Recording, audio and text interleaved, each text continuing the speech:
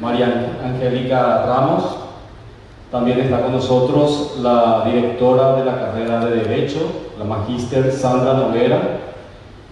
También a la directora de la carrera de Periodismo, la magíster Laura Penayo. A todos los docentes, estudiantes de la carrera de Periodismo y Derecho, invitados especiales y público en general.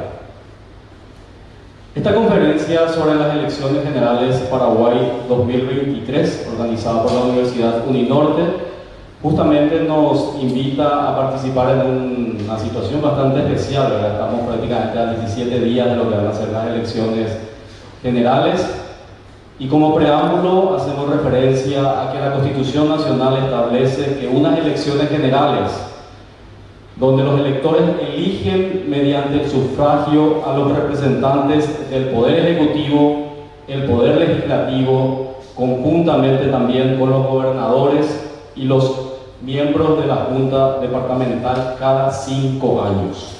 En esta ocasión, la cita electoral está marcada para el domingo 30 de abril. Como les decía, estamos en cuenta regresiva y el acontecimiento electoral es de suma importancia para nuestra democracia, por lo que la participación es considerada crucial para que los electores puedan participar de una manera responsable.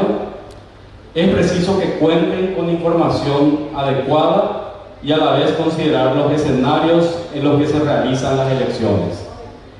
Este análisis ha motivado a las carreras de Periodismo y de Derecho de la Universidad del Norte en el marco de sus respectivos objetivos centrados en fortalecer la sociedad, desarrollar encuentros de debates y análisis que se llevarán a cabo en abril y mayo. Estas actividades se realizan en el marco del programa de extensión universitaria de las mencionadas carreras. Las conferencias tendrán como participar a los principales expositores, a la periodista y analista política Estela Ruiz Díaz, de Radio Monumental, Telefuturo y Diario Última Hora, y también al representante de la Justicia Electoral. Y hoy justamente nos acompaña Adrián Lesme, coordinador de capacitaciones de financiamiento político. Agradecemos a los dos por este valioso aporte, por su tiempo, y justamente hoy nos van a brindar para dar más profundidad a este tema. Los recibimos a todos con un fuerte aplauso.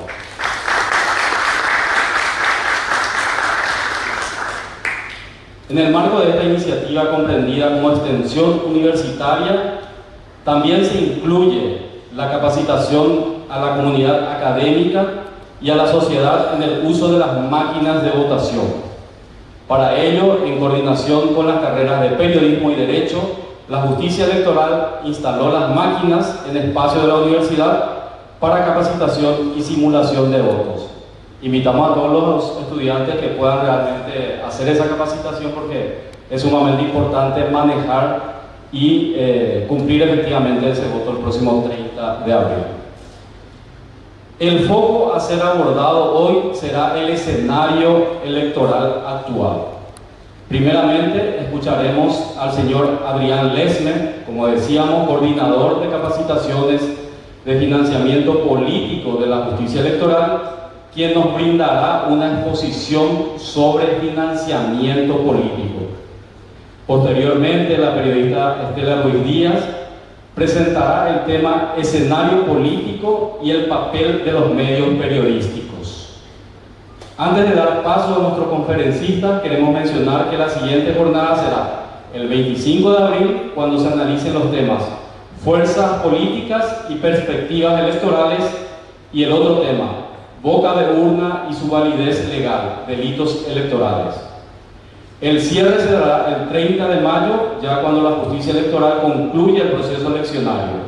Para esa ocasión se prevé tratar los temas contexto político para el futuro y análisis post-electoral a cargo de la Justicia Electoral.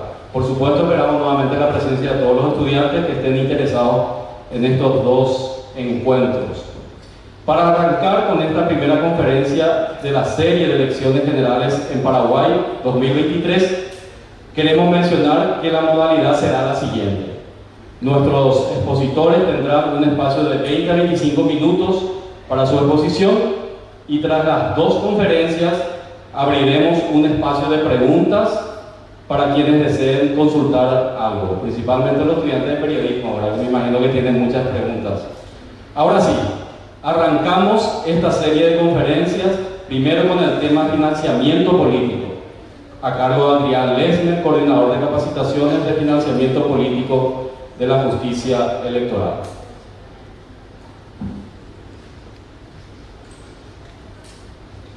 Muy buenas noches para todos.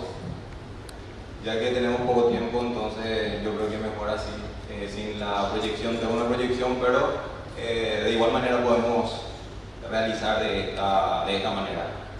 Como me había presentado ya, yo soy Adrián Lesmer, soy coordinador de capacitaciones de la Dirección de Financiamiento Político de la Justicia Electoral. Para mí es un placer y les agradezco muchísimo por la invitación, porque este tema de financiamiento político es de suma importancia, no solamente para los candidatos, ni tampoco para las organizaciones políticas, sino directamente para la ciudadanía en general. ¿Por qué? Porque la ciudadanía en general tiene que saber de dónde viene y dónde va la plata que utilizan los candidatos y las organizaciones políticas. Justamente, ¿por qué tenemos que saber nosotros? Porque el Estado también le da un aporte y le da un subsidio a los partidos políticos. Entonces, de esa manera es de suma importancia que toda la ciudadanía conozca este tema referente al financiamiento político. Y es de suma importancia. Primeramente, para hablar de financiamiento político necesitamos saber el marco legal. El marco legal, de dónde viene, con la ley 834/96, ahí ya habla y menciona sobre el financiamiento político, sobre el aporte estatal y el subsidio electoral. Luego con la 4743, ahí regula directamente el financiamiento político. Con la ley 6167, lo que hace es implementar ya el control en las internas. Luego la última modificación y la última implementación que tuvo la ley es la ley 6501, en donde además del control de las internas ya se hace el control por cada candidato, en donde ya le obliga a cada candidato a presentar una declaración jurada inicial de ingreso y también le obliga a realizar una rendición de cuenta final. Entonces, el candidato lo que hace con esta ley es, primeramente, presentar una declaración jurada. No es una declaración jurada de bienes, sino es una declaración jurada de lo que el candidato va a estar utilizando durante su campaña. Es una declaración jurada inicial, solamente va a declarar ahí lo que va a utilizar en su campaña. Y de acuerdo a eso, posterior a las elecciones, lo que hace es realizar la rendición de cuenta. Entonces, esas dos obligaciones principales implementa ahí la ley 6501, en donde le obliga directamente a los candidatos a realizar esta declaración jurada y la rendición de cuenta. Los candidatos titulares, como también los suplentes, realizan esta declaración jurada y la rendición de cuenta. Bueno, entonces, ahora podemos ver el aporte estatal y el subsidio electoral. Es de suma importancia conocer qué es el aporte estatal y qué es el subsidio electoral. ¿Por qué? Porque es lo que el Estado le está dando a los partidos políticos, a las organizaciones políticas. El subsidio electoral es una devolución en parte de los gastos que tuvieron las organizaciones políticas, pero no se le devuelve la totalidad de lo que gastó la organización política, sino se obtiene de acuerdo a los votos. Si el candidato tuvo X cantidad de votos, entonces se calcula con el porcentaje del jornal mínimo, y el subsidio electoral se calcula con el 15% del jornal mínimo multiplicado por los votos obtenidos en la Junta Departamental, Junta Municipal o también para el Congreso. Entonces, de esa manera se puede calcular el subsidio electoral. ¿Y quiénes pueden cobrar el subsidio electoral? Cobran los partidos políticos las concertaciones, las alianzas y también los movimientos políticos. Ellos pueden obtener ese subsidio electoral. Y el aporte estatal es lo que cobran las organizaciones políticas en forma anual si tiene representación en el Congreso. ¿Cómo se calcula el aporte estatal? Se calcula también por los votos obtenidos para el Congreso. Este aporte solamente se puede obtener o puede obtener las organizaciones políticas para las elecciones generales, no así como el subsidio que sería para las elecciones municipales como también para las elecciones generales. Entonces el aporte es solamente para las elecciones generales y se calcula sobre los votos obtenidos para el Congreso y tiene que alcanzar por lo menos el 2% del padrón electoral. Si no alcanza el 2%, no puede cobrar el aporte estatal. También se calcula sobre el 5 al 15% del jornal mínimo.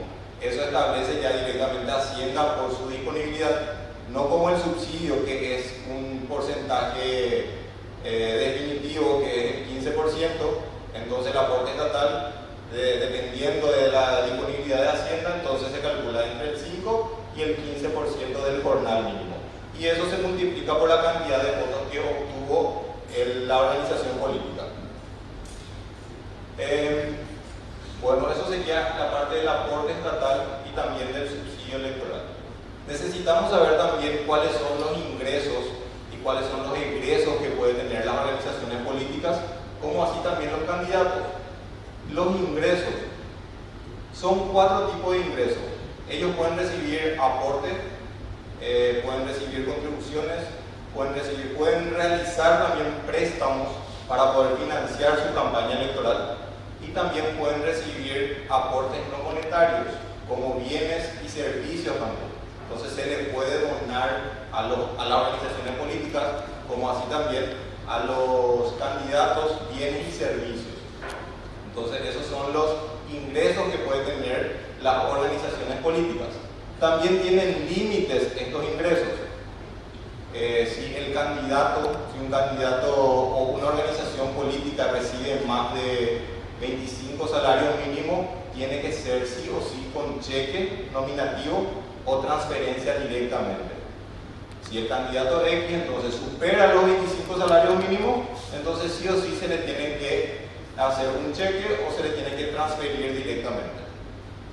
Otra limitación que tienen los aportes para los ingresos sería los 10.000 jornales mínimos. Un candidato, una organización política puede recibir de una persona física o jurídica hasta 10.000 jornales mínimos en una campaña electoral. Entonces esa limitación también tiene para los aportes. Entonces son 2 limitaciones directamente que tienen. Lo primero, 25 salarios mínimos, supera esto, entonces tiene que ser con cheque nominativo o transferencia directa. Y los 10.000 jornales mínimos, que hasta ese límite tiene una persona física o jurídica para poder aportarle a una organización política o a algún candidato. Luego tenemos los gastos. Tenemos 7 tipos de gastos que son los gastos electorales. Están la publicidad y propaganda. Tenemos gastos de transporte, combustible. También tenemos gastos de organización y funcionamiento, en donde entran honorarios profesionales, servicios prestados. También tenemos todo lo que tenga que ver con internet, pago de telefonía. Entonces esos son los tipos de gastos que tiene también, que puede tener también las organizaciones políticas, como así también los candidatos. Esto también tiene un límite, el límite de gastos para la organización política. Ellos tienen un límite de gasto que sería el 10% del jornal mínimo multiplicado por el total de electores. Ahora mismo tenemos como 4.800.000 electores, entonces ese es el límite de gasto que tiene la organización política. Eso sería a nivel nacional. Entonces se multiplica el 10% del jornal mínimo por la cantidad de electores. Eso sería a nivel nacional. también esto se divide por departamento. Entonces, si en el departamento de Caaguazú tiene una cantidad X de electores, entonces eso se multiplica por el 10% y hasta ese monto puede gastar una organización política en ese departamento. Si tiene alcance nacional, si tiene candidatos para presidente, entonces ya sería por la totalidad de electores. Si tiene alcance nacional, entonces sería por el total. Y si tiene solamente alcance departamental, sería multiplicando por la cantidad de electores de ese departamento. Ese sería el límite también de gasto que tienen las organizaciones políticas. ¿Por qué organizaciones políticas? Porque ellos son los que reciben sanciones si pasan ese límite de gasto, no así los candidatos. La organización política le tiene que limitar a sus candidatos. Ya depende directamente de la organización política cómo le va a estar limitando a sus candidatos. La justicia electoral no le pone límite a tal candidato. ¿Por qué? Porque no se puede. Nosotros como justicia electoral no le podemos limitar a X candidato para que gaste solamente eso, sino directamente se le da ese límite a la organización política. Entonces la organización política es la que se encarga ya de limitarle a los candidatos de acuerdo a lo que a ellos les parezca. Si el candidato X, el candidato para presidente, normalmente se le da un poco más, al candidato para gobernador se le da un poco más, al candidato senador también. Entonces, de acuerdo a la categoría también, entonces ellos le dan ese límite a sus candidatos. Otra cosa, eso sería la parte de gastos. Es de suma importancia también los comprobantes que tienen que rendir las organizaciones políticas y también los candidatos. ¿Por qué? Porque ellos pueden recibir sanciones. Del subsidio electoral se le puede sancionar, se le puede hacer una quita hasta del 100% del subsidio electoral. Hasta el 100% se le puede quitar. ¿Cómo se le hace la quita? Con un porcentaje. Se le hace una quita de acuerdo a un porcentaje que está en la resolución 33 de la justicia electoral. Entonces ahí hay una tabla de quitas que se le puede sancionar a las organizaciones políticas. Si le falta algún documento de respaldo, si el documento de respaldo tiene tachaduras, entonces directamente se le anula esa factura y se le da por un porcentaje esa quita. También tiene, si la factura, por ejemplo, no coincide la descripción de la factura con lo que es la actividad de ese proveedor, si en mi descripción dice combustible y lubricantes y ahí en el membrete de la factura dice publicidad y propaganda, entonces ahí no hay una divergencia ahí entre la actividad de ese proveedor y también la descripción de esa factura. Entonces ahí se le anula directamente esa factura. Entonces se le hace un descuento directo sobre eso. Lo mismo también pasa con el aporte estatal, que el aporte estatal, el 30% sí o sí las organizaciones políticas tienen que destinar a capacitación de afiliados, a capacitación de simpatizantes y a investigación. Sí o sí, el 30% de lo que cobra como aporte estatal tiene que destinar a esos tres ítems. Y el 70% ya sería para organización de la organización política. Entonces, el 30% puede tener otra vez quitas si es que la factura no corresponde. Nosotros como Dirección de Financiamiento Político, justamente eso es lo que hacemos, controlar. Estamos más de 25 auditores ahí que controlamos la parte de aporte estatal, del subsidio electoral ahora. El aporte estatal hacemos año tras año, todo. El periodo sería el periodo ordinario, que es del 1 de enero hasta el 31 de diciembre, y esta rendición se presenta el 31 de marzo. Entonces nosotros de ahí, eso ya controlamos como auditores, y ahí ya hacemos las quitas también. le enviamos un informe preliminar a los partidos políticos, ellos tienen que responder. Después de eso nosotros ya elaboramos ya un informe final en donde ya salen los descuentos que pueden tener las organizaciones políticas. Con el subsidio electoral pasa que nos llevan la rendición de cuentas 60 días después de las elecciones, nosotros directamente tenemos que enviar eso a la Contraloría. La Contraloría tiene que evaluar, tiene que controlar justamente esa rendición de cuentas. Posterior a eso envía nuevamente a la justicia electoral. Nosotros enviamos eso a las organizaciones políticas para que puedan hacer su descargo.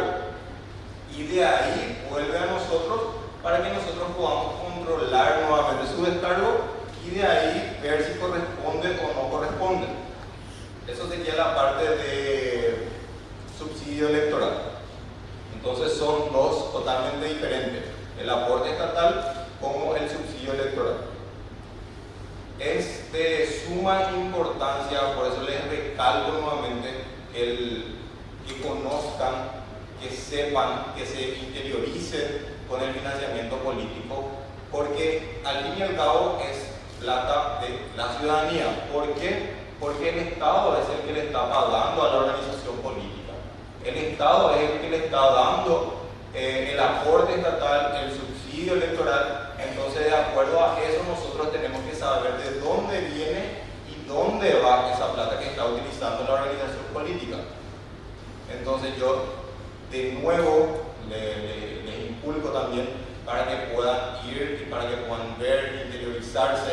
Nosotros ahí en la justicia electoral estamos de 7 a 17 horas. Estamos para que justamente toda la ciudadanía sepa y conozca más acerca del financiamiento político. Y ahora más todavía, porque nosotros tenemos una página en donde están todas las rendiciones de cuenta de todos los candidatos y de todas las organizaciones políticas. La página es el ONAFIP, en donde pueden entrar, no hace falta ningún usuario, no hace falta ninguna contraseña, directamente entran en la página y ahí ya pueden sacar el reporte de las rendiciones de cuenta de X candidato, del candidato que quieran y de las organizaciones políticas que quieran también. Entonces también les invito para que puedan conocer esa página y para que puedan ir viendo. Como estudiantes de periodismo es necesario también que conozcan sobre eso. Entonces, para cualquier información van a poder encontrar todo en esa página. Y les agradezco también, hasta acá después podemos continuar con las preguntas. Muchísimas gracias.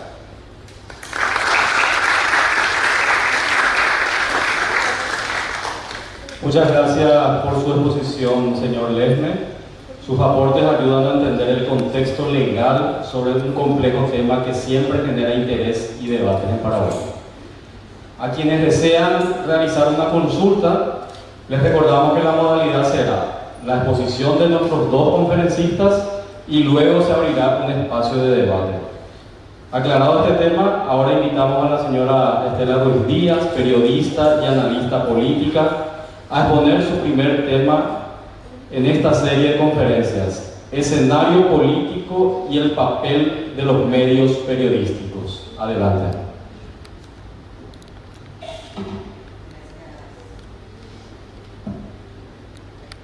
Muchísimas gracias, Roberto. Buenas noches y gracias por la invitación.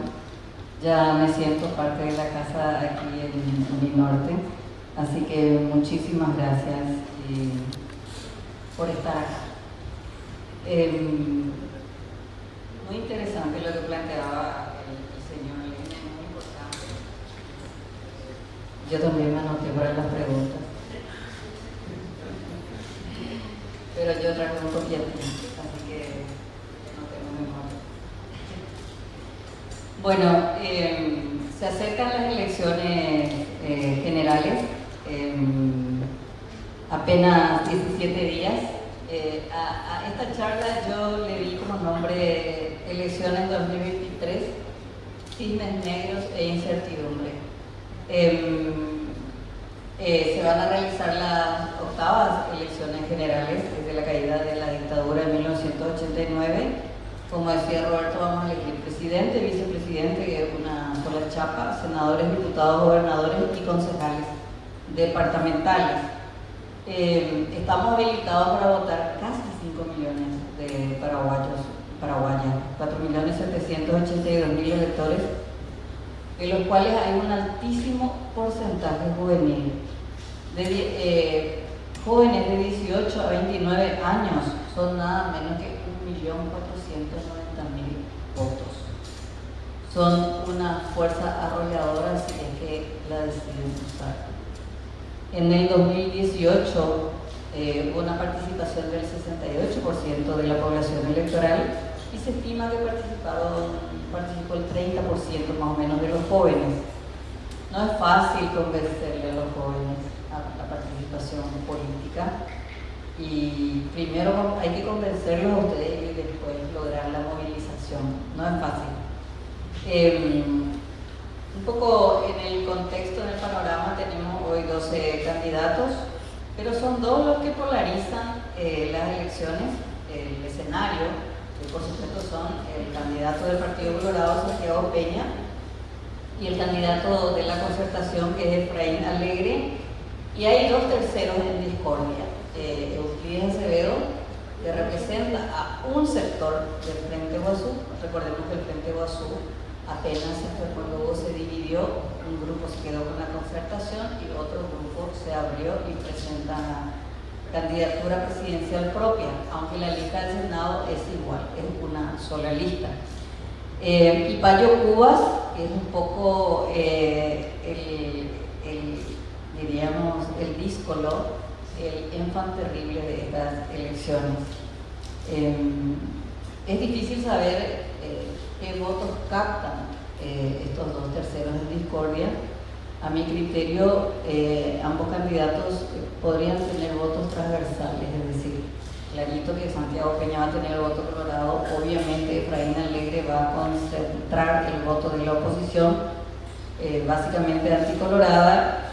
Peña y Euclides Acevedo, probablemente un sector de la izquierda, pero también puede atraer voto colorado, y Payo Cubas es lo que se denomina el voto bronca, el voto del malestar, el voto antisistema. Pero para estar hoy como estamos y donde estamos, es interesante destacar qué pasó en la previa de estas elecciones. Y ocurrieron cosas, como dicen los jóvenes. Son los llamados cisnes negros. ¿Qué son los cisnes negros? Son los sucesos sorpresivos que causan una gran conmoción social, política o económica. Por ejemplo, el COVID del 2019 fue un cisne negro. La caída de los bancos, por ejemplo, en Estados Unidos, fue un cisne negro en la economía. Son sucesos sorpresivos que te cambian totalmente el escenario. Bueno, ¿cuál es el primer cisne negro, por llamarlo de alguna manera? Sin duda es la intervención de Estados Unidos, de declarar significativamente corrupto a Horacio Cartes, el expresidente de la República, y al vicepresidente de la República en ejercicio, Hugo Velázquez. ¿Por qué? Porque hubo consecuencias político-electorales. Con esta designación de Estados Unidos, le amputó el candidato al oficialismo, porque Hugo Velázquez tuvo que renunciar en el medio del río y tuvo que asumir un candidato de emergencia que fue Arnoldo Vins, que finalmente pierde las internas con Santiago Peña. O sea, en ese primer momento, cuando en julio Estados Unidos decide tomar esta decisión, el gobierno, que en un principio parecía beneficiado, sin embargo pierde porque su candidato tuvo que abandonar las internas. Con esta decisión, Estados Unidos decretó la derrota del oficialismo y este hecho no generó consecuencias en Honor Colorado porque finalmente su candidato gana. O sea, no es que al declararle significativamente corrupto a Cartes eso haya tenido un efecto colateral en Santiago Peña. No hubo daño colateral en la interna colorada para Honor Colorado. Otro cisne negro podríamos decir el caso de Fernando Lugo, que recordemos fue expresidente de la República y líder del sector de izquierda o de un sector más progresista de la población electoral paraguaya. Ese accidente cerebrovascular que tuvo Lugo se sumó a estos acontecimientos inesperados y apenas Lugo cayó enfermo, se dividió el Frente Guasú, algo que nunca sucedió antes. O sea, Lugo era un elemento aglutinador del Frente Guasú y apenas se enferma, pierde, digamos, o sea, hay un hueco en el liderazgo y lo que sucede es se quiebra el Frente Guasú. Recordemos que el sector que lidera Esperanza Martínez, la senadora, se quedó con la concertación con Efraín Alegre, y el otro sector más duro, diríamos, más hacia el extremo ideológico, por llamarlo de alguna manera, donde están Sisto Pereira, Hugo Richard, Perey, decidieron aceptar y postular la candidatura de Euclides Acevedo. Hasta hoy, Fernando Lugo, aunque haya vuelto y está haciendo su recuperación en Paraguay, sigue este misterio con respecto a cuál es la posición de Lugo realmente, porque lo que él diga sin duda va a inclinar la balanza porque sigue siendo un líder importante dentro de la izquierda. Luego tuvimos el incendio, otro cisne negro que provocó mucha conmoción y desató una desconfianza de lo que podría pasar en las elecciones generales. Fue aquel incendio en la justicia electoral que devoró nada menos que 7.600 máquinas de votación de las de 22.000 que tenían para usar en las internas partidarias y por supuesto para las elecciones generales. Se subsanó eso, pasaron las internas, se daba el absurdo de las elecciones internas de la concertación, que una mesa, por ejemplo, tenía 1.500 votantes. ¿Se imaginan ustedes si en esa mesa nomás decidían participar el 50% nomás de los votantes? No iba a terminar nunca esa votación en esa mesa, ¿verdad? Pero no se dio esa situación, de todos modos generó mucha demora. Dicen en la justicia electoral que esto no va a suceder en las elecciones generales, porque esto puede provocar un ausentismo como daño colateral, porque la gente no quiere esperar tanto en las filas. Solo el votante muy convencido puede irse a esperar 3 o 4 horas en el local de votación. Así que esperemos que la justicia electoral resuelva este tema, porque puede tener un daño colateral con la credibilidad. Si la justicia electoral pierde credibilidad, el ganador que surja puede tener serios problemas de gobernabilidad, porque por supuesto no va a tener esa garantía de la transparencia de la votación. El escenario actual. Les dije anteriormente que la declaración de significativamente corrupto no generó daños colaterales dentro de Honor Colorado, porque finalmente Santiago Peña se impuso en la interna. Sin embargo, esto ya ampliado en el escenario nacional, esto está cambiando. La caída en desgracia del exmandatario abre una oportunidad a la alianza opositora llamada Concertación Nacional, especialmente después de las sanciones económicas que se dieron en enero. Es decir, lo de julio fue así, un cartel nada más, así, bueno, usted es significativamente corrupto. Pero en enero vinieron las sanciones de los FARC, las sanciones económicas del Departamento del Tesoro de Estados Unidos, y eso sí ha provocado una hecatombe para el grupo Cartes y especialmente para su empresa emblema, que es la tabacalera, que finalmente es la gran fuente de financiamiento político que tiene el Partido Colorado y ese sector del partido. Lamentablemente las encuestas están tan desprestigiadas que no tenemos hoy un elemento de medición para decir más o menos cómo está el panorama. pero hablando con la gente, hablando con esas consultoras que hacen encuestas que no se publican, se habla de que hay un empate técnico hoy. Eso genera, por supuesto, una situación complicada para el Partido Colorado, porque el Partido Colorado no cuajó su interna, es decir, no hay un encolumnamiento detrás de Santiago Peña, y eso se nota sobre todo con la actitud del oficialismo, que está pero no está, ¿verdad? Está pero no está. Como me decía un dirigente seccionalero, yo le apoyo a mi candidato, pero yo no trabajo por mi candidato. O sea, hay una diferencia abismal eso en política, sobre todo lo que significa, ¿verdad? Creo que desde el 2008, o sea, después del 2008 hay una real posibilidad de que esta oposición unida en parte, que es la Concertación Nacional, le dispute realmente el poder al Partido Colorado. Recordemos que en el 2018 había un escenario similar, pero lamentablemente todos fuimos engañados y estafados por las consultoras que mintieron con respecto al posicionamiento de los candidatos. Recuerdan ustedes que las encuestadoras decían que Mario Audo Benítez tenía una diferencia de 30 puntos sobre Efraín Alegre y terminó la elección con apenas 3 puntos de diferencia. O sea, la mentira, la maniobra de las consultoras que obviamente vendieron esos resultados, cambiaron un escenario electoral, porque es muy diferente la sensación que se genera con las encuestas. El rol de los medios de comunicación en este contexto.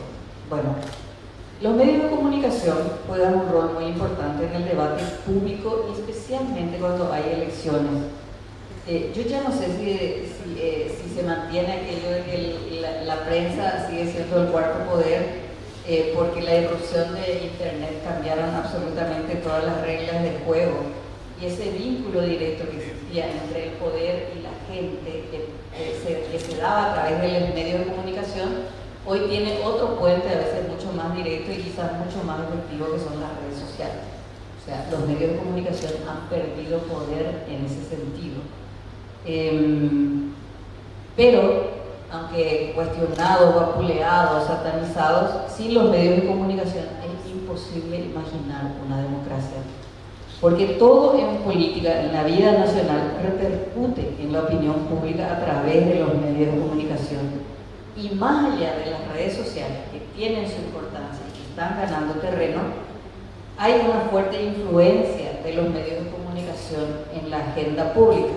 Y ustedes van a ver eso todos los días, como por ejemplo, el diario impreso sigue siendo el número 1 en cuanto a la instalación de la agenda pública, porque el diario se despliega en los canales de televisión y lo que se habla es de la portada de Última Hora, la portada de ABC, la portada de La Nación. Y en base a eso sirve como guión para desarrollar las noticias tanto en los canales como en las radios y en las redes sociales. Finalmente siguen siendo los medios de comunicación los lugares donde se debate, donde hay el gran debate público, y los políticos se siguen disputando el titular del día. La televisión en Paraguay, por lo menos según la última encuesta que leí, la televisión es el primer medio de comunicación a través del cual la gente se entera de las noticias. Y aunque aparezca en Facebook, en Twitter, en Instagram, son réplicas de lo que se publica en la televisión, de lo que sale en la tele. O sea, la televisión es la reina de las noticias, es el medio principal a través del cual la gente se entera de las noticias. Por eso Giovanni Sartori habla de la telecracia. Sigue siendo reinando la televisión en ese sentido. Por todo eso, la influencia es fuerte y tenemos que poner en perspectiva el rol de los medios. Su naturaleza misma nos indica que su rol es fundamental en el funcionamiento del sistema democrático, especialmente durante la campaña electoral, para proporcionar la información necesaria para que los ciudadanos ejerzan su derecho al voto de forma libre, racional e informada. Es la vía principal por la cual los candidatos hablan de sus propuestas y hacen llegar su mensaje a los ciudadanos.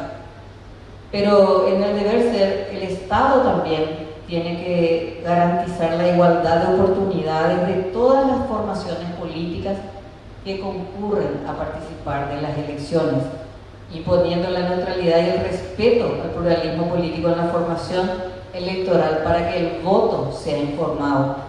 En Paraguay, la ley electoral obliga a los medios a publicar los programas de los candidatos en espacios cedidos gratuitamente, pero sigue siendo el dinero el que determina el tiempo de exposición del candidato. Es decir, por ejemplo, en el diario Última Hora ABC se le da un pequeño espacio en una página a un candidato donde aparecen varios candidatos, ¿verdad? Y obviamente está en una página muy atrás, nunca están en la sección política, que es la primera parte del diario, pero echa la ley, echa la trampa. El medio de comunicación da el espacio, más allá que esté allí al fondo. Hoy hay muchos espacios periodísticos donde los candidatos exponen sus propuestas, y creo que hay un esfuerzo por parte de los medios, en muchos medios de comunicación en Paraguay, para mostrar la pluralidad, pero sin duda la polarización del escenario obliga mediáticamente a concentrarse en las dos fuerzas. Por más que uno le dé el espacio a un candidato, a diputado de central, por ejemplo, que representa un movimiento pequeño, como la disputa, en realidad, imaginándonos un boxeo, uno mediáticamente, y también la gente quiere ver la disputa de los grandes. ¿Quién va a ganar en esa disputa de los grandes? Y los pequeños tienen que jugar y meterse, colarse con mucha creatividad para ganar ese espacio. Hay candidatos de movimientos pequeños que lo están logrando, pero obviamente requiere mucho esfuerzo y creatividad. Bueno, yo llego al final, le agradezco esta invitación y estoy abierta, por supuesto, a las preguntas. Solo les quiero decir que para mejorar la política es muy importante la participación joven a través del voto. Muchísimas gracias.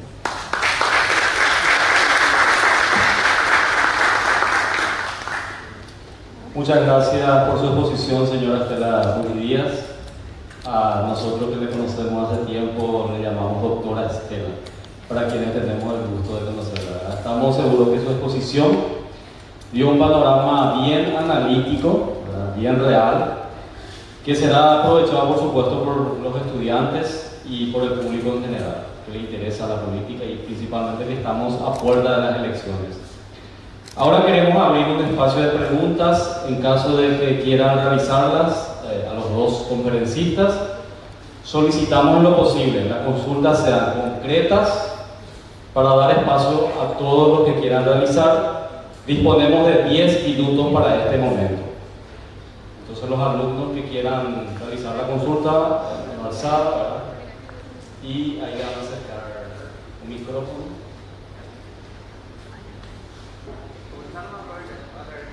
Sí, a ver si...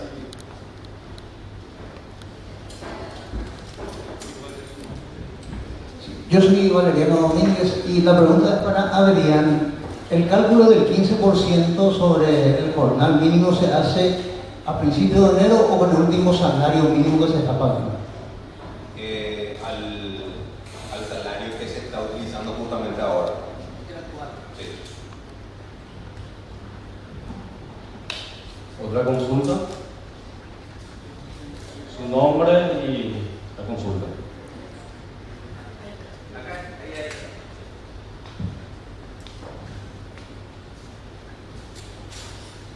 Hola, sí, buenas tardes, muchas gracias por su presencia, ¿no? Les agradezco junto a mis compañeros, ¿no?, de periodismo.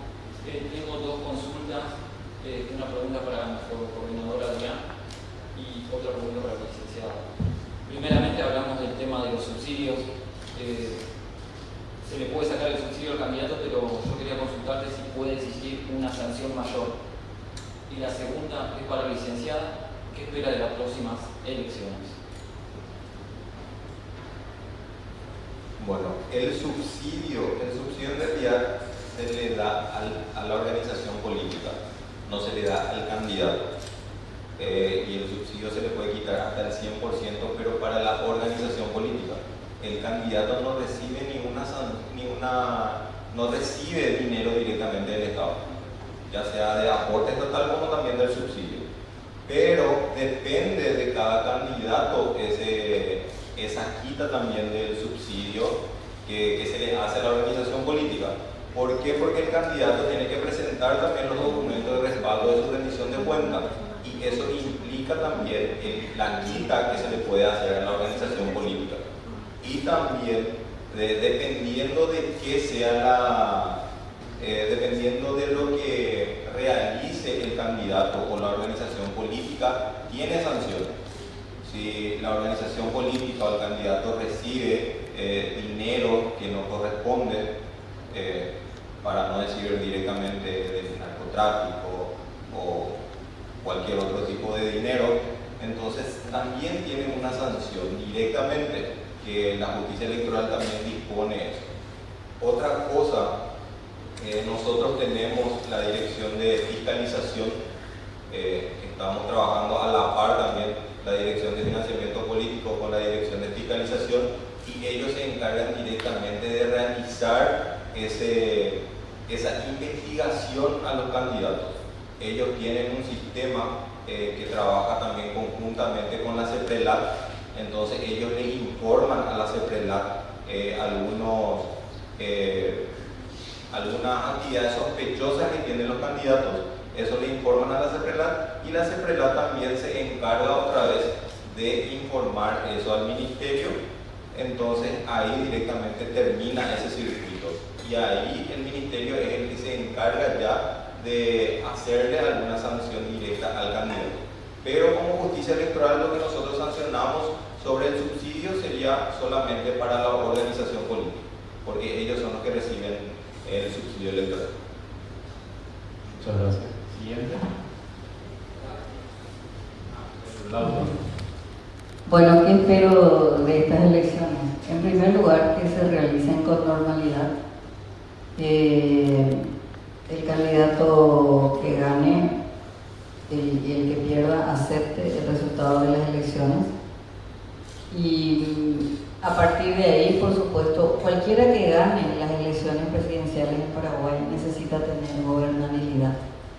Y espero finalmente que, más allá del signo político, finalmente todos los paraguayos y las paraguayas necesitamos un tiempo en el que el gobierno atienda los problemas más urgentes, y ojalá que haya madurez política, de modo que en el primer tiempo pueda ese partido o esa alianza que gane las elecciones se le dé la oportunidad de aplicar sus planes para salir del pozo en el que estamos.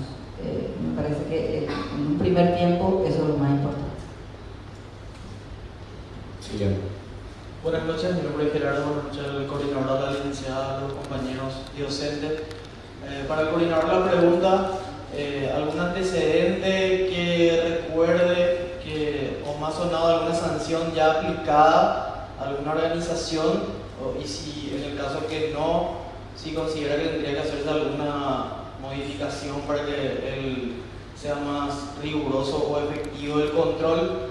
Y para la licenciada, preguntarles de su percepción personal, con su experiencia, sobre la diferencia que hay en los medios de prensa a comparación de las elecciones anteriores, donde está la percepción de que los medios están polarizados, uno con un candidato, otro con otro. ¿Qué opina usted acerca de la imparcialidad y el rol de la prensa? Gracias.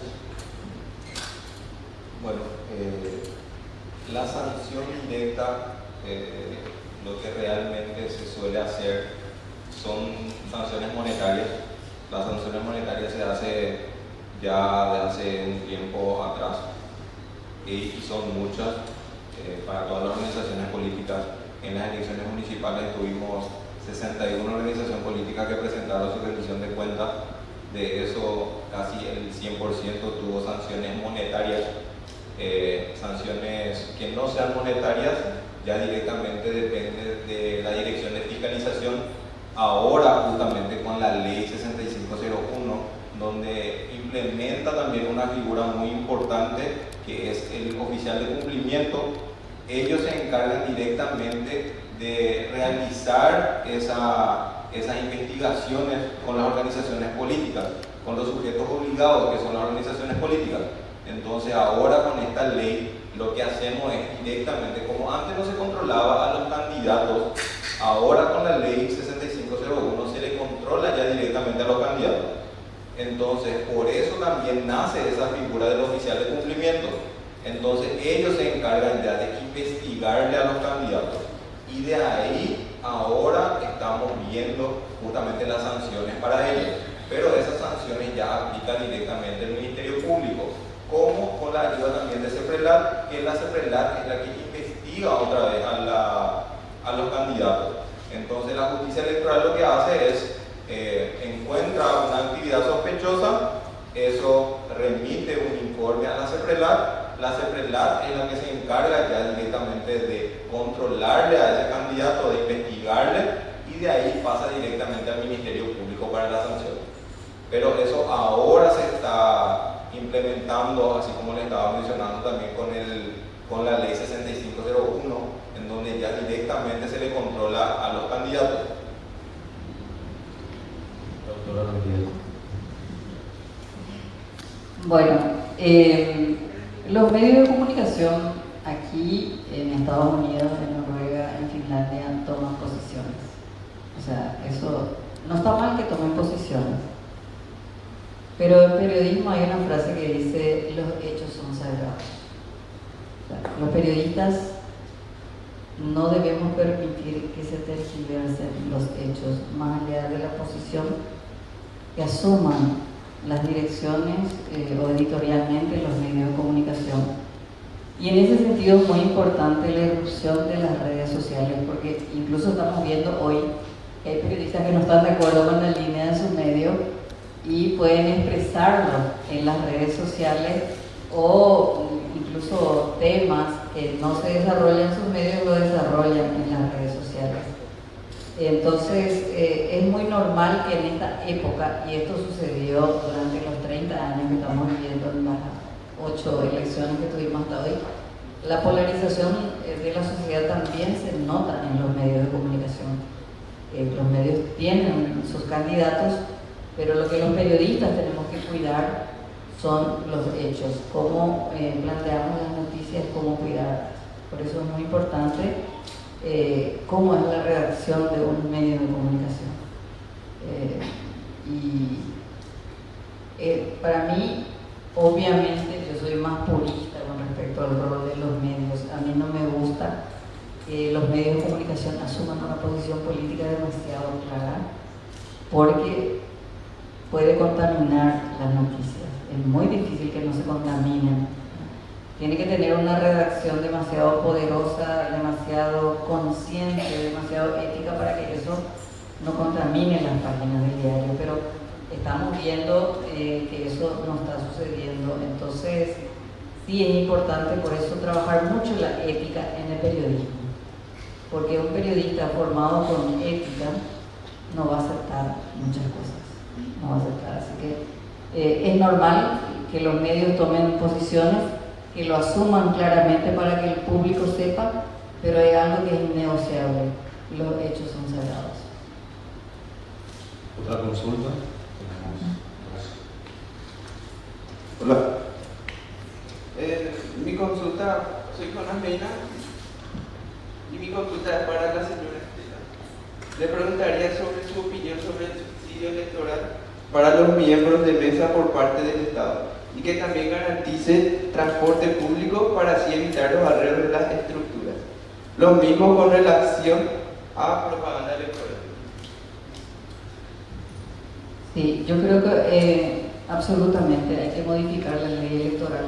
La ciudadanía se tiene que apoderar del control de las elecciones, no como sucede hoy, que el Partido Colorado y el Partido Liberal como segundo partido mayoritario controlan las mesas en Paraguay, ¿verdad? Y una tercera fuerza que puede ser, bueno, un tiempo fue Patria Querida, otro tiempo fue Encuentro Nacional, hoy es el Frente Guazú. Yo creo que tiene que ser una carga pública, el ciudadano tiene que participar en las elecciones, porque en Paraguay, más allá de que la votación sea la urna electrónica, la máquina de votación o la papeleta, el sistema es mesocéntrico, es decir, en la mesa se define, no importa cuántos votos haya ahí en la urna. Acá los tres nos ponemos de acuerdo y vamos a cargar la urna porque lo que vale es el acta. Y eso hay mucha distorsión en la votación. Me decía un dirigente liberal, les voy a contar porque como soy periodista, acá con Roberto, estamos en los hechos permanentes y la gente nos cuenta y nos vamos al lugar de las noticias. Me decía un dirigente liberal que en su interna pasada, él llenó las mesas en algunos locales de la ciudad de Asunción. Decía, yo tenía a mi representante de mesa, que no es fácil, porque es todo un ejército tener 13.000 personas, 26.000 porque tenés que tener suplentes. Gente que se comprometa a irse desde las 6 de la mañana hasta el cierre de votación, no es fácil. Y me decía que él, para controlarlos, a las 12 del día se fue, les compró la comida y se fue a llevarles a sus mesarios. No le encontró a ninguno. Se vendieron toditos. Desaparecieron de las mesas. Entonces, a las 7 de la tarde llaman estos mesarios a este dirigente y le dicen, bueno, yo te llamo para que me des mi viático porque yo estuve cuidando tus votos. Y le dice, vos no tuviste. Yo me fui y vos no tuviste. Entonces, no digo con eso que un ciudadano independiente no se venda tampoco, o sea irresponsable y se quedó dormido el domingo y no se fue a participar. Pero uno reduce esa posibilidad, reduce totalmente. Por lo tanto, yo creo también que el transporte público ese día tiene que ser gratis. Así le sacás a los partidos políticos tradicionales o a los dirigentes que tienen recursos ingentes del dinero sucio con el que solventan sus campañas, que se apoderan del transporte, de los taxis, de los Uber, de los Bolt, para transportar a sus votantes. Y la gente independiente que si quiere ir a votar, no tiene cómo irse a votar. Entonces también por eso es importante modificar la ley electoral en ese sentido. Pero para eso tiene que haber un gran consenso político. ¿Cómo le sacamos eso a los partidos políticos? Eso sería ceder su poder. Le estaríamos pidiendo que cedan su poder. Pero en algún momento se tiene que dar eso en Paraguay. Totalmente de acuerdo. El financiar, eso también tiene efecto en las elecciones. No solamente el tema del financiamiento, acá del dinero sucio que hay en las campañas, empresarios que pagan, que dicen públicamente que pagan las campañas electorales. Entonces, el sistema de control sigue siendo débil porque a ellos les conviene eso, que el sistema de control sea débil. Entonces, el dinero sucio de la mafia del narcotráfico, de la mafia del contrabando, y de todas las mafias de todos los colores, está circulando en millones de dólares hoy en Paraguay, porque no hay un control efectivo realmente del financiamiento político. Entonces, de acuerdo con cambiar la ley electoral para ir cerrando estas canillas que hay, sacarle, si bien los partidos políticos que participen, pero que la ciudadanía sea más activa y que participe de esa manera en el control electoral. Gracias.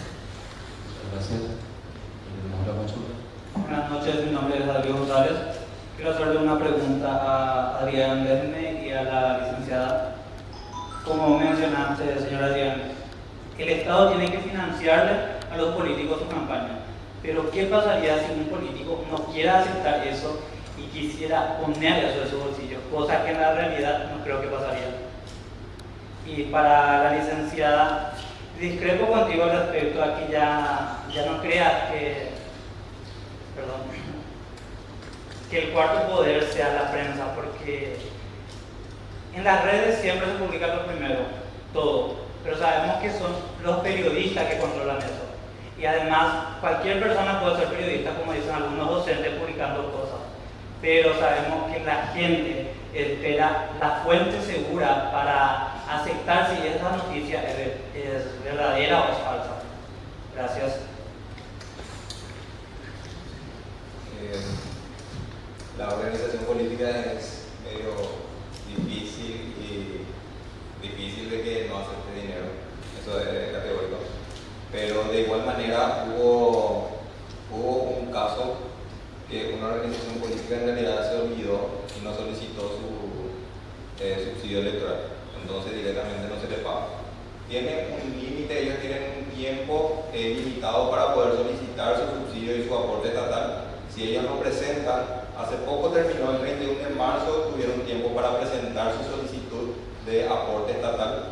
Entonces hubo organización política que se olvidó, después fue como para solicitar nuevamente, pero ya no hubo caso. Entonces tuvimos un problema porque era un partido prepotente. Entonces tuvo ese inconveniente, pero no hubo caso, no se le pudo dar. Pero hay también organizaciones políticas que no se van a retirar su cheque. Nosotros directamente lo que hacemos es preparar el monto que tienen que cobrar como aporte estatal y como subsidio electoral, y de ahí ya se encarga otra dirección, que es la dirección de tesorería, la parte administrativa. Entonces ellos se encargan ya de llamarle a las organizaciones políticas para que se vayan a retirar su cheque. Algunas organizaciones políticas ni están enterados de que tienen subsidio a cobrar. Eso es lo que normalmente pasa. Para aporte estatal nunca hubo caso, porque ahora mismo son 8 organizaciones políticas que están cobrando aporte estatal. Ellos nunca tuvieron ese problema, pero con el subsidio electoral sí. Muchas organizaciones políticas no cobraron su subsidio y eso directamente queda otra vez a Hacienda, no queda a la justicia electoral, porque el Ministerio de Hacienda es la que se encarga de pagarle a las organizaciones políticas. Pero sí ya hubo casos, pero más con el subsidio electoral.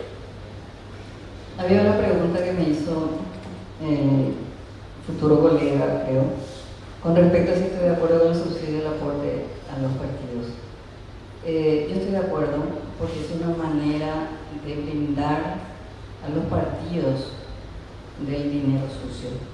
Sabemos que eso no sucede en Paraguay, pero no darle es permitir automáticamente que llegue el dinero sucio, y ya será el partido político que decida si tiene manera de sostenerse con el subsidio, que el subsidio se da una vez después de cada elección, y el aporte como un salario que tiene el partido político con representación parlamentaria.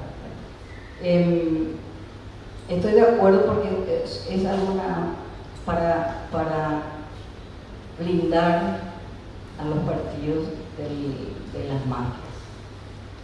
Sé que no es suficiente, pero sí yo creo que tiene que haber mayor control por parte de la justicia electoral, porque hay un ítem que nunca cumplen los partidos políticos: es la formación de los liderazgos. No hacen absolutamente nada, y por eso hoy los partidos están como están. O sea, yo creo que sí tiene que haber mayor control, estoy absolutamente de acuerdo. Yo sé que es populista a veces decir, el partido político recibió $2 millones mientras la escuela se cae.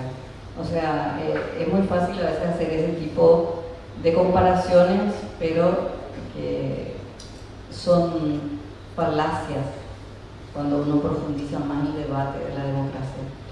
Bueno, yo decía nada más que está en crisis lo del cuarto poder, porque realmente Internet era una herramienta hasta que se convirtió. Hoy ya Internet está considerado un medio de comunicación, es decir, Twitter, Facebook, Instagram y las otras redes sociales son fuente de comunicación. De hecho, hay mucho activismo civil y político a través de las redes sociales, y muchas veces los medios de comunicación no tenemos que hacer eco de lo que sucede en las redes sociales, ¿verdad?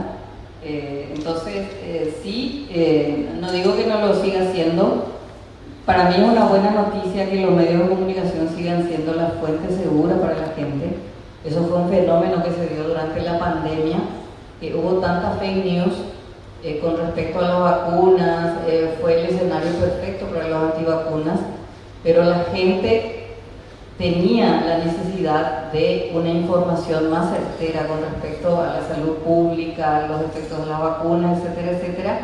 Y mundialmente y en Paraguay hay estudios donde se comprueba que crecieron exponencialmente los clics a las páginas web de los diarios.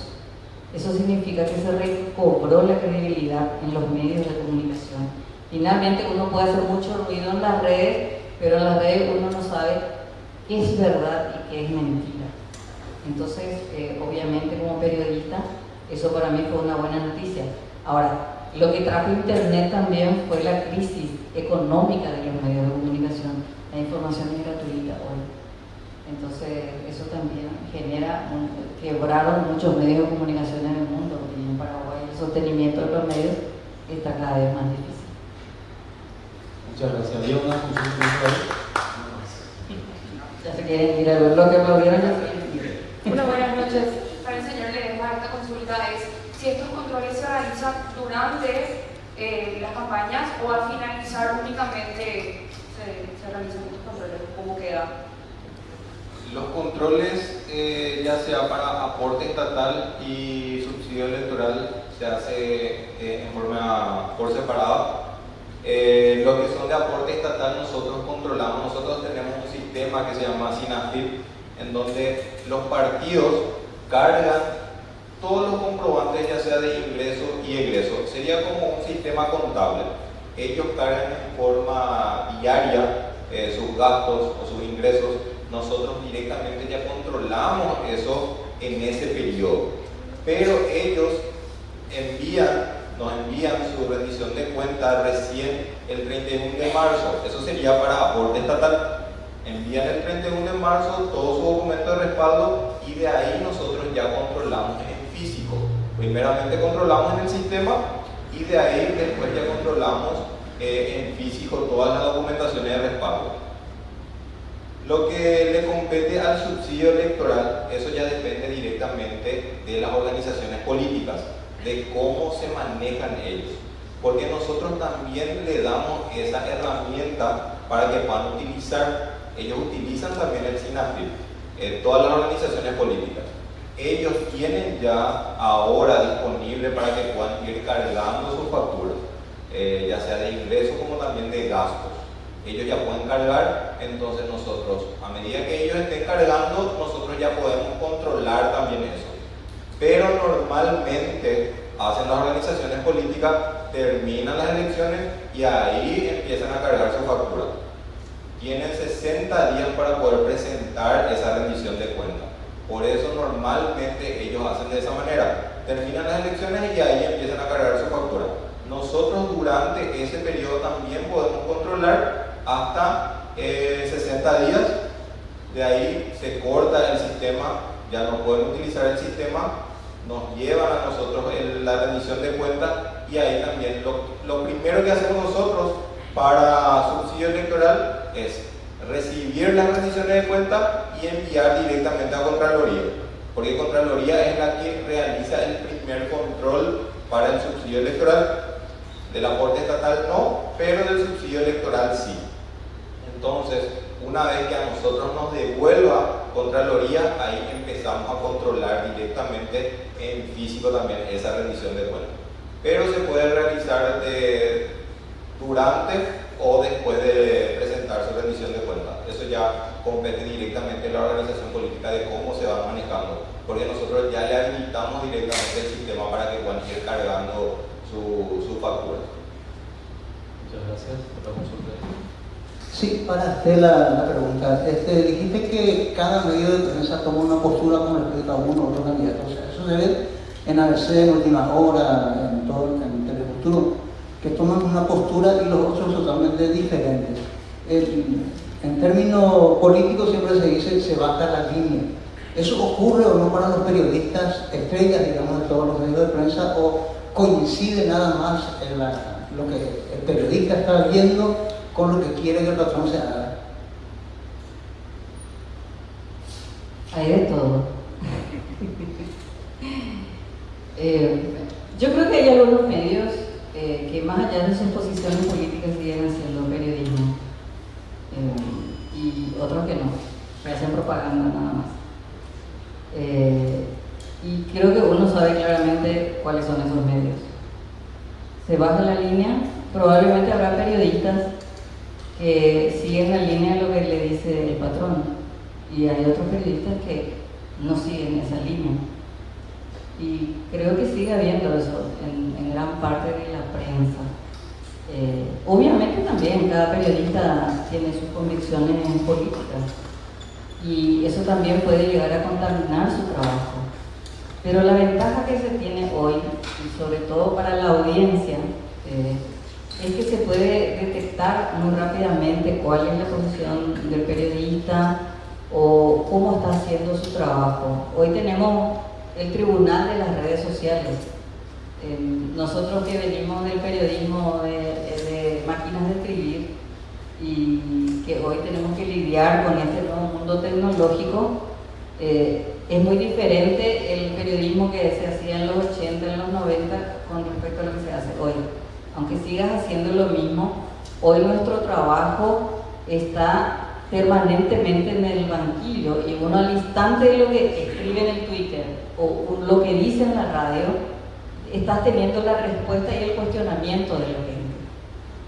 Y finalmente también ese trabajo y esa credibilidad que se tiene a nivel de medios de comunicación determina ya sea el rating de una radio, de un canal de televisión o la venta de un diario. Finalmente es la gente la que decide a quién creer y a quién no. Hay una última del profesor Ferreira. Buenas noches, ¿qué tal? Muchas gracias, Adrián, muchas gracias, doctora Estela, por su excelente exposición. Yo quiero remitirme, si me permitís, Adrián, a lo que se hablaba de los 90 y la respuesta que dio ahora la justicia electoral, en representación, digamos, vos representando la justicia electoral, sobre el tema del financiamiento político. El control se hace posterior a una campaña electoral, que puede ser tardío ese control y puede ser modificado, digamos, todo el aparato, digamos, de facturación puede ser, y ya se han dado casos de eso.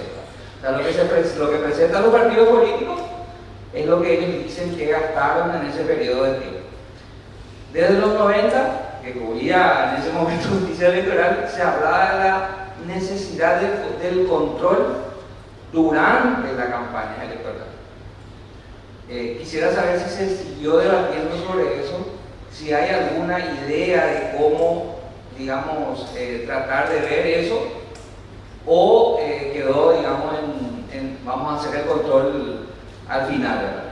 Y a la periodista Estela, a la doctora, quisiera preguntarle, digamos, muchos de los estudiantes de acá van a estar trabajando en las elecciones, ¿verdad? Entonces me gustaría, con la experiencia que tenés, decirles cómo deberían prepararse ellos para una jornada electoral como para el 30.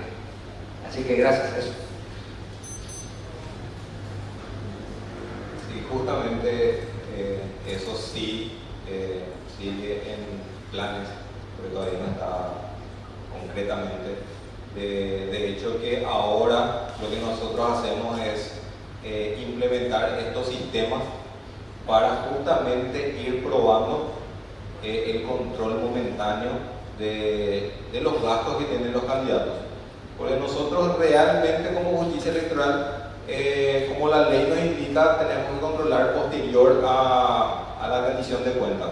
Pero ahora como justicia electoral lo que hacemos es ayudarle a las organizaciones políticas y a los candidatos también para que puedan presentar de la mejor manera su rendición de cuentas. Nosotros directamente en el sistema lo que hacemos es verificar si su factura corresponde, no corresponde, entonces eso ya directamente lo observamos en el sistema. Ellos tienen su usuario, tienen su contraseña, entonces pueden entrar, mirar, tienen esta observación y pueden quitar esa observación. Pueden subsanar la observación o pueden directamente quitar esa factura que no corresponde. Entonces, de alguna u otra manera, lo que nosotros hacemos es ayudarle a los candidatos y ayudarle también a las organizaciones políticas. Y ahora, con este sistema que nosotros tenemos, estamos haciendo ese control en el momento. Pero el control directo, lo que nos indica directamente la ley, es controlar posterior a las elecciones. Pero ahora con este sistema, como les estaba comentando, hacemos un control previo. No es un control concreto o directo de lo que va a quedar, sino es un control previo a lo que ellos pueden presentar después. Pero lo que sí corresponde ya sería el control final que se hace posterior a la rendición de cuenta de los candidatos, como también de las organizaciones políticas.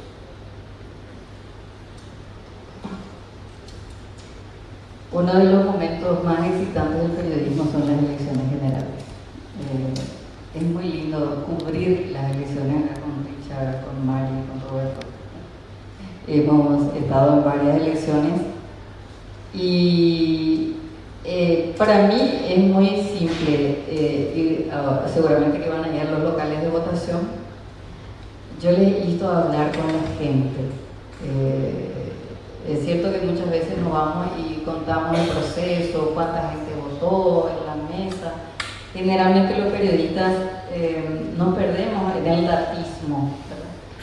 Pero lo importante es sentirle a la gente, hablar con el votante, cuál es su sueño, qué espera de su candidato, obviamente sin dejar de mencionar dónde están, la concurrencia, si hay incidentes, si hay violencia, pero le pueden dar un plus a su trabajo haciendo una descripción de lo que es ese momento histórico para el país, ¿verdad? Y hablar con la gente. Yo creo que eso le puede dar un plus al trabajo, al reporte que pueden hacer, ya sea en la radio, en la televisión o en las redes sociales. Seguramente que también es un espacio interesante hoy las redes sociales para hacer otro tipo de periodismo, más allá de lo tradicional.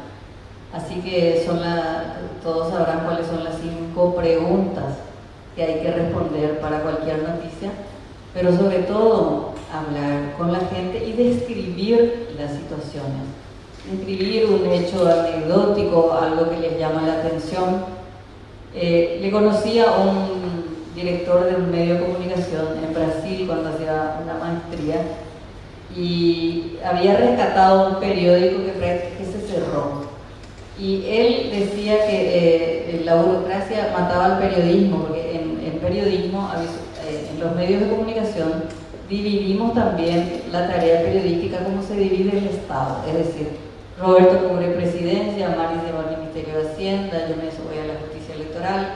Y finalmente nos vamos a contar qué es lo que hace el poder, que es muy importante, pero generalmente nos olvidamos de la gente. Hablamos de los transportistas, de los sinvergüenza que son los empresarios transportistas, pero no vamos a mostrar el sufrimiento. A lo mejor subirte allá en Capiatá con un usuario de transporte público y describir esa situación va a decir mucho más que lo que diga César Ruiz Díaz, ¿verdad? Entonces me parece que esa puede ser una visión que ustedes puedan mostrar a través de su trabajo. La gente es lo más importante. Gracias. Bueno, de esta manera le damos un fuerte aplauso a los dos.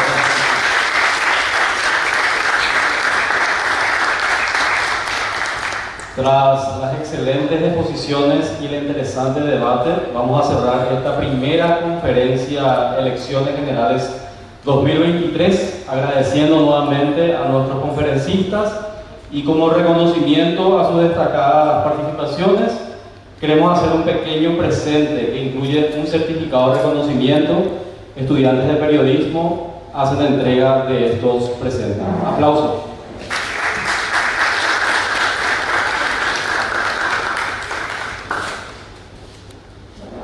También hacer mención y recordar a aquellas personas que deseen los certificados, por favor dejar sus datos en la lista que se habilitará en la salida.